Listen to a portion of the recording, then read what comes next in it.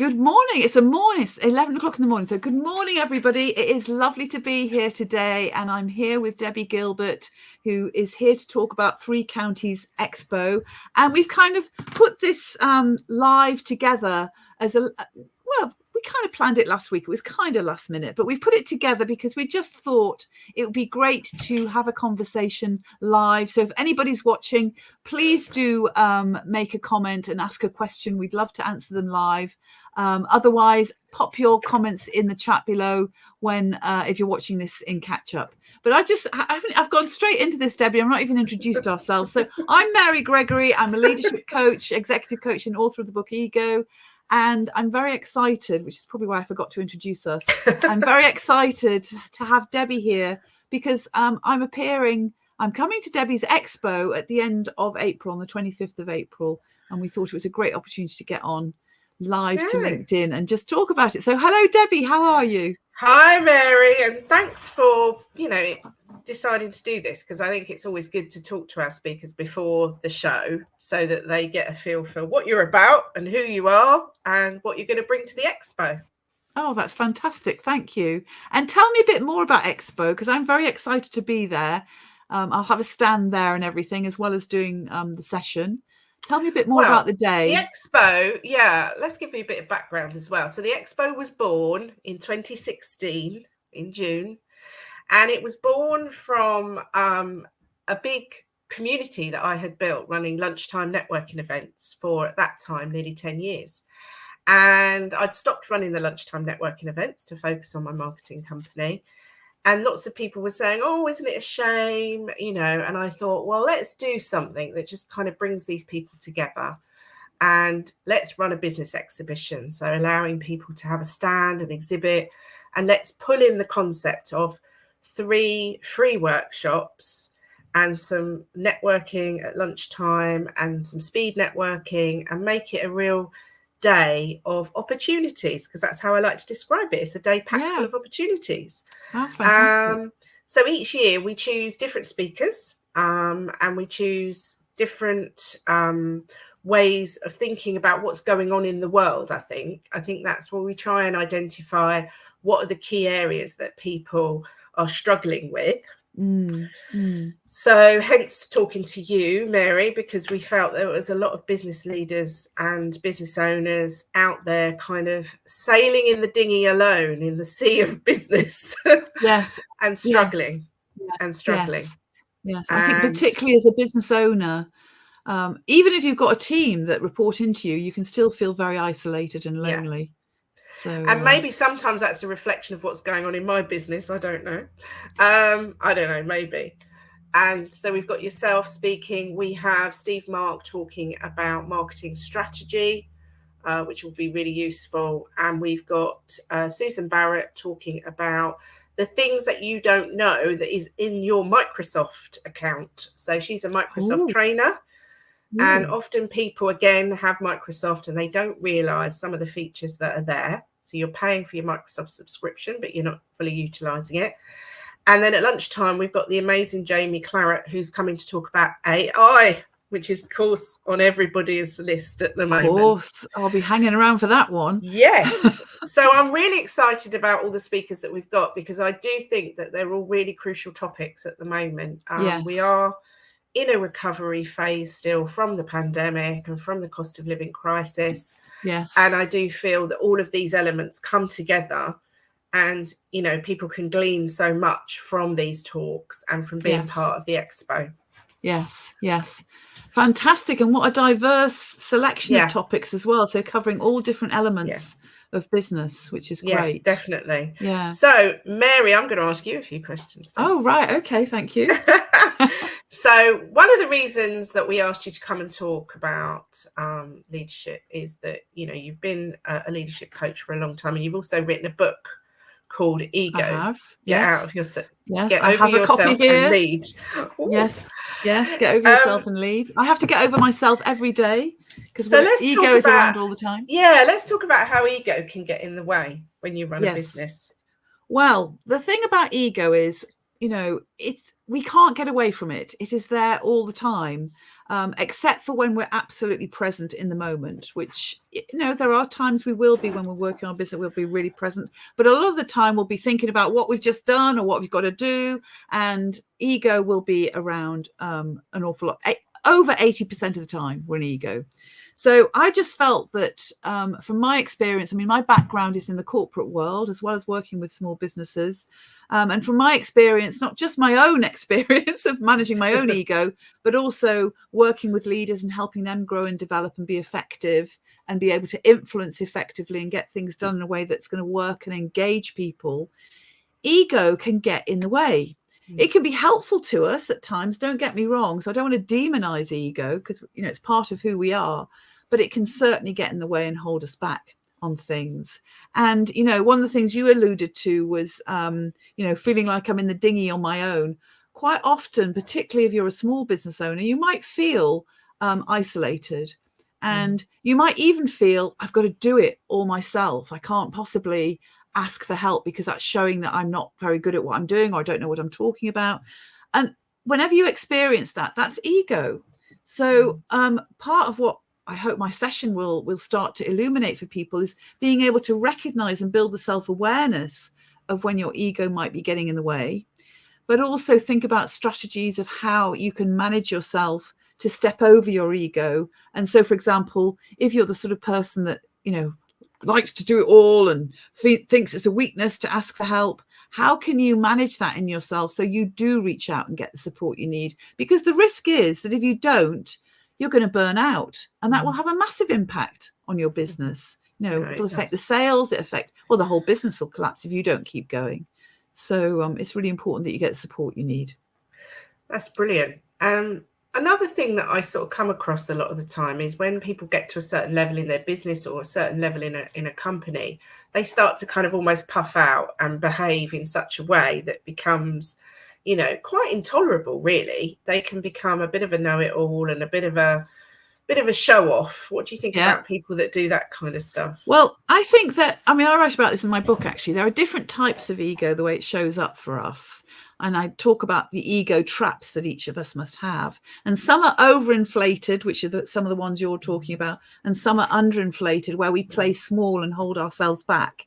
But when we get into that overinflated, and I can relate to what you're saying, because I think there's times I can be a real know-it-all and think, oh, of course, I'm the one that has all the answers.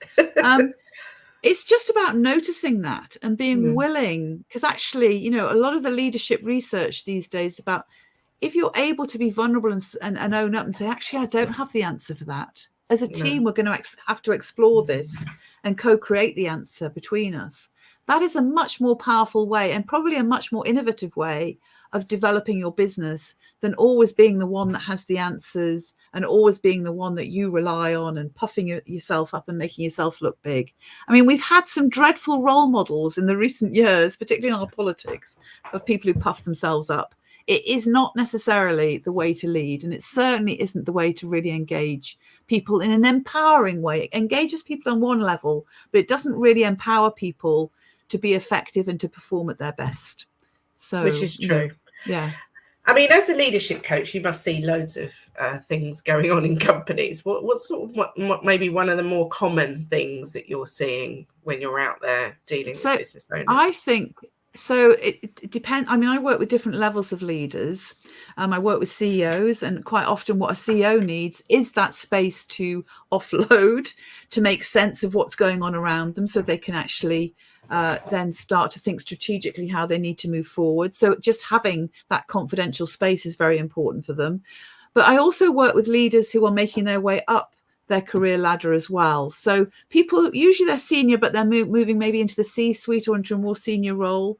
And there it's learning to let go of what they don't need to take with them. There are certain things they will need to take with them. So their ability to lead others, to engage with people, all of that is really, really useful. But also that commitment to thinking more strategically and taking some time for themselves to look to the bigger picture. A common area I work with with leaders is quite often they feel overwhelmed when they first come to see me. They've just got so many plates that they're spinning, and it's a real challenge for them to really let go and delegate effectively. So helping them delegate so they then can free up their time and look at the bigger picture, think more strategically, and they support their staff and coach their staff and their team, so they're helping them grow and develop. All of that is so fundamental. And I've got a lovely phrase which I didn't invent myself, so I'm not going to claim it. I'm going to mention my colleague Oliver, who works with senior leaders also, and he always talks about less but better. And the more senior you become, the more you should be focusing on less, but you do that better. And one of those things that you've got to get really good at is, how do you delegate and how do you make sure that you keep an eye on that strategic picture? Yeah, I think that's really good advice. Yeah. Mary, that's brilliant. Thank you. So, Mary, you've got a stand at the expo as well, so people can come along, buy a copy of your book. Yes, I believe you're going to be selling on the day. My book will be there for people to purchase. And you'll also be sharing details of your new wisdom circle. That's yes. So this is very exciting. I've got my wisdom circle starting, which is a mixture of individual coaching and group coaching. And I think the reason I've selected it like that is, first of all, personally, I like to get to know you really well as somebody participating on one of my programs. So there'll be some individual coaching and some reflection and evaluation. I've got a new tool called the Leadership Nexus, which is a way of really reviewing your whole leadership picture for yourself to get a sense of your strengths, your values, but also the context that you're leading in, so you can really get a view as to how you might move forward with that. Then there's also joining the group. And for me, it's really important the group is a closed group. For confidentiality reasons, I want people to feel safe to be able to share whatever they need to share in that group. But the reason I think working in a group is so powerful, and we've got a maximum of 7 leaders in this group, minimum 5, maximum 7. So it's a small group. So people really do get to know each other. And also they'll be able to share their wisdom with each other. So it's like using the collective wisdom of the group. So it's not just about my coaching of you in those moments, but it's also about, has someone else in the group experienced something similar? What was their experience like? What did they learn for themselves? And how could they pass that learning on? And not only that, but also what happens in a group is somebody might come with a topic, say they've got a tricky conversation they need to have, or they've got to make cuts or something that's a challenging area for them. Quite often what happens is one person might speak about that area and be working on that area, but other people in the group have had similar experiences. They parallel their own experience, and they process and learn from what the other person is saying as well. So it's a very rich way to learn together and really fine tune and transform your leadership, actually. And that can make all the difference between a successful business or a successful operating team in a company or organization, can't it? Absolutely. I mean, I would naturally say this because I'm a leadership coach, but actually part of leadership, part of the responsibility of being a leader is to keep working on yourself. You cannot afford to stagnate, particularly in this, the atmosphere, the terrain that you work within organizations and businesses now is constant change. So you've got to keep developing yourself to be able to lead that change effectively. Oh, well, I'm excited to find out more, and I'm excited to hear your talk at the expo, because I always manage all the workshops, so I get to sit in on all the workshops, which is great. That's my role for the day. Abby and I are really thrilled that you're coming to the expo. So we'll make sure that the links are put into the comments box underneath the live if people are watching. Yes. And anything else you want to share? No, only that I'm very excited and looking forward to seeing people on the 25th of April. And do look me up on LinkedIn if you haven't done so already. And look at my wisdom circle. And if you'd like to talk to me, by all means, get in touch. And I'm very happy to have a chat about it.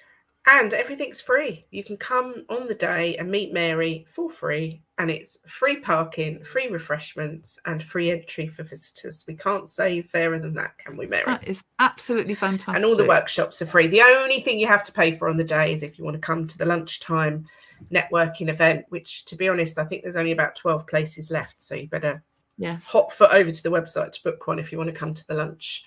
But everything else we do on the day for visitors is free. And if you want to stand, we've got a few of those left, and they're £185 plus VAT. Fantastic. That is such an irresistible offer for people. And Sarah Ellis has just popped on the chat. She's so looking forward to seeing us. Yes, and So, she's hello, going to be there as Sarah. well. She's got a Yeah. stand as well. Fantastic. Oh gosh, Sarah, Yes. I'll definitely be networking with you. So I look forward to seeing you there. Oh yeah, we've got some great companies that are exhibiting this year again. We get lots of repeat exhibitors, and we've got some new ones. And I tell you, there's a few areas that we don't have covered at the moment. We haven't got a firm of accountants. So if you're listening to this and you're a firm of accountants, book a stand. There's a couple of areas, but people can just comment or get in touch or go over and have a look at the exhibitor list on the website. And yeah, really excited. Can't wait. Fantastic. Brilliant. Thank you, Mary. Well, thank you very much. And thank you to everyone for watching. And if you haven't commented when you've been watching, do make comments if you're watching and catch up. We always respond to them. And we look forward to seeing you on the 25th of April. Bye for now. Bye. Bye for now.